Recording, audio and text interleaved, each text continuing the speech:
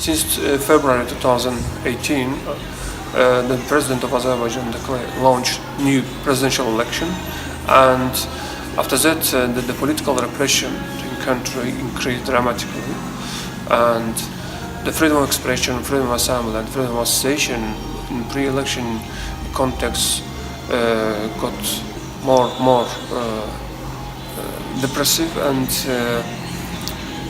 the political stakeholders, civil society actors and journalists, they were not able to use this opportunity to take part in the election process without any restriction. My organization, we observe the election process in a long-term context, and we figure out that there is no political competition, free political space for the stakeholders, civil society groups, journalists.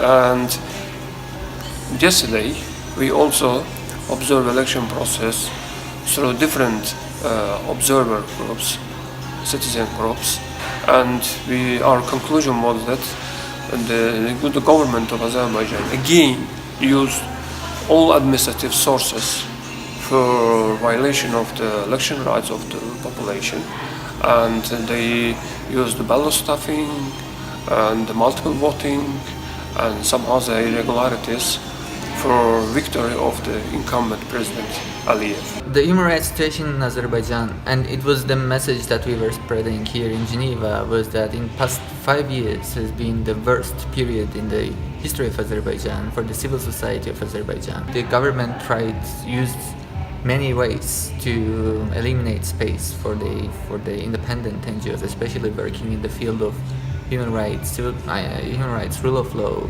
transparency, media freedom, election observation. They have been amending legislation, NGO legislation, in more and more restrictive way, and they have been targeting key independent NGOs and their leaders by politically motivated criminal proceedings, by arresting them, by forcing them to leave the country, and it didn't only target the NGOs but also media outlets, independent media outlets. The number of political prisoners has been growing. Now the number of political prisoners in Azerbaijan is higher than Russia or Belarus. The list of political prisoners include journalists, bloggers, religious activists, opposition members, youth activists, opposition politicians.